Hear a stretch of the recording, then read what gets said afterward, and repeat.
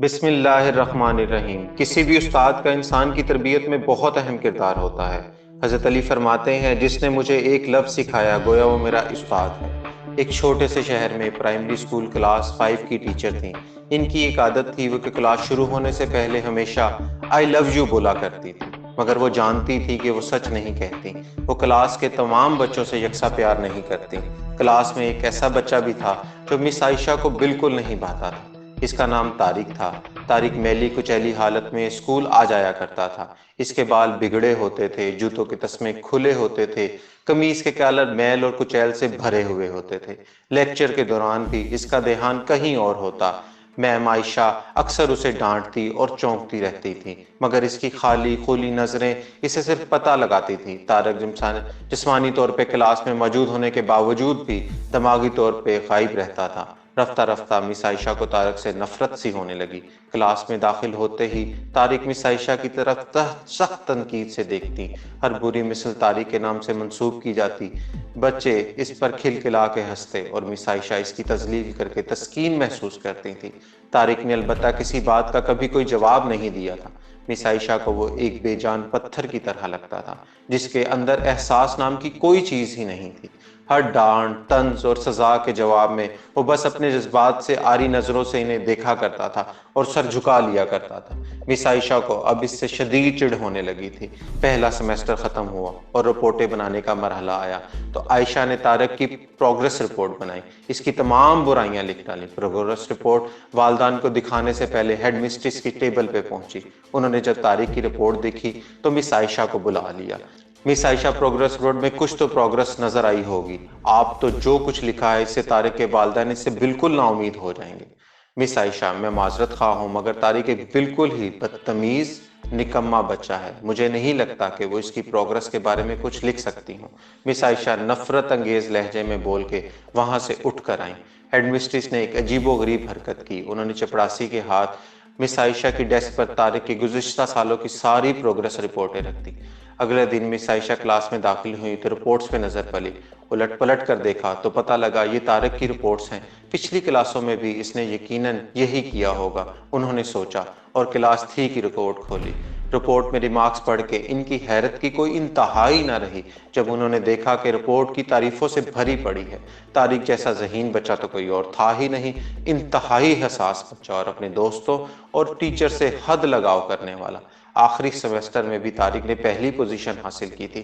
مس عائشہ نے غیر یقینی کی حالت میں کلاس کی 4 رپورٹیں کھولی۔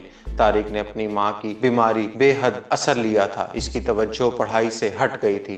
طارق کی ماں کو آخری سٹیج کا کینسر تھا، تشخیص ہوا۔ گھر پر اس کا کوئی خیال رکھنے والا نہیں تھا، جس کا گہرا اثر طارق پر پڑا۔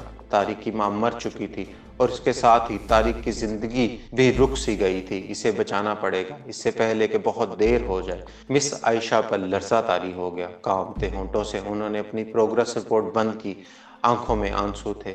اگلے دن جب عائشہ کلاس میں داخل ہوئی تو انہوں نے اپنی عادت سے برعکس اپنی روایتی جملہ آئی لو یو دہرایا، مگر وہ جانتی تھی کہ وہ آج بھی جھوٹ بول رہی ہیں، کیونکہ اس کلاس میں بیٹھے ایک بے ترتیب بچے طارق جو محبت اور اپنے دل سے محسوس کر رہی تھی، وہ کلاس میں بیٹھے کسی اور بچے کے لیے نہیں تھی۔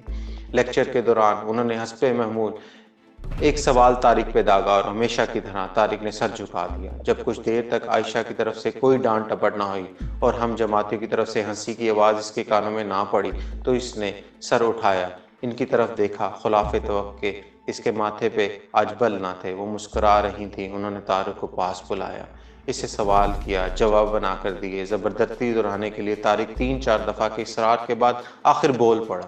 اس کے جواب دیتے ہی مس عائشہ نے نہ صرف خود پرجوش انداز میں تالیاں بجائیں بلکہ باقی سب بچوں کو بھی ایسا کرنے کو کہا۔ پھر تو یہ روز کا معمول بن گیا۔ مس عائشہ ہر سوال کا جواب اسے خود بتاتی اور پھر اس کی جواب پہ ذرائی کرتی۔ ہر اچھی مثل طارق منسوب کی جاتی۔ رفتہ رفتہ پرانا طارق سکوت کی قبر پھاڑ کے باہر آ گیا۔ اب میم عائشہ سوال کے ساتھ جواب بتانے کی ضرورت محسوس نہ پڑتی تھی۔ وہ روز بلا نقص جواب دے کر متاثر کرتے اور نئے نئے سوالات پوچھ کے سب کو حیران کرتا۔ اس کے بال اب بھی کسی حد تک سنورے ہوئے ہوتے تھے، کپڑے بھی کافی حد تک صاف تھے، جنہیں شاید وہ خود دھوتا تھا۔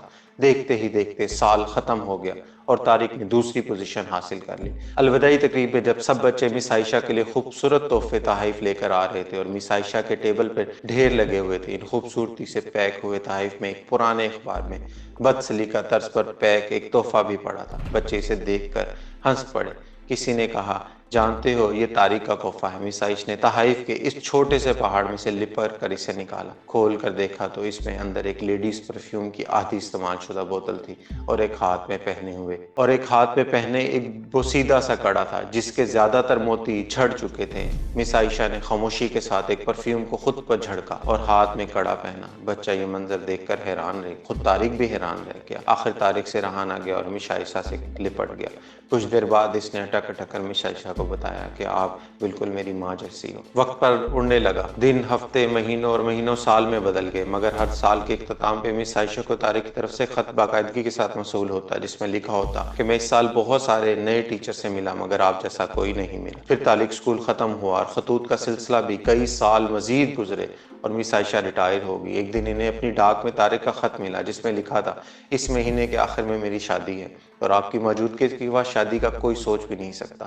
ایک اور بات، زندگی میں بہت سارے لوگ مل چکا ہوں لیکن آپ جیسی خاتون سے نہیں ملا، فقط ڈاکٹر طارق۔ ساتھ ہی جہاز کے 2 ریٹرن ٹکٹ بھی موجود تھے۔ مس عائشہ خود کو ہرگز نہ روک سکی، انہوں نے اپنے شوہر سے اجازت لی اور وہ دوسرے شہر کے لیے روانہ ہو گئی۔ عین شادی کے وقت جب وہ شادی کی جگہ پہنچی تو تھوڑی لیٹ ہو چکی تھی۔ انہیں لگا تقریب ختم ہو گئی ہے، مگر یہ دیکھ کر حیرت زدہ رہ گئی کہ شہر کے بڑے بڑے ڈاکٹر، بزنس مین، رئیس اور یہاں تک کہ وہاں پہ موجود نکاح خان بھی اکتایا ہوا کھڑا تھا، مگر طارق تقریب کی ادائیگی کے بجائے گیٹ کی طرف دیکھ رہا تھا۔ پھر سب نے دیکھا جیسے ہی یہ بوڑھی ٹیچر داخل ہوئی، طارق ان سے لپٹ گیا۔ وہ بوسیدہ سا کپڑا پہنے ہوئے تھا اور انہیں سیدھی سٹیج پر لے گیا۔ مائک ہاتھ میں پکڑ کے اس نے یوں اعلان کیا، دوستو اب ہمیشہ مجھ سے میری ماں کے بارے میں پوچھتے تھے اور میں سب سے وعدہ کیا کرتا تھا کہ جلد اس کو آپ سے ملواؤں گا، یہ میری ماں ہے۔ عزیز دوستو، اس خوبصورت کہانی کو صرف استاد اور شاگرد کے رشتے سے منسوب کر کے ہی مت سوچئے، اپنے آس پاس دیکھیے، طارق جیسے کئی پھول مرجھائے ہوئے ہیں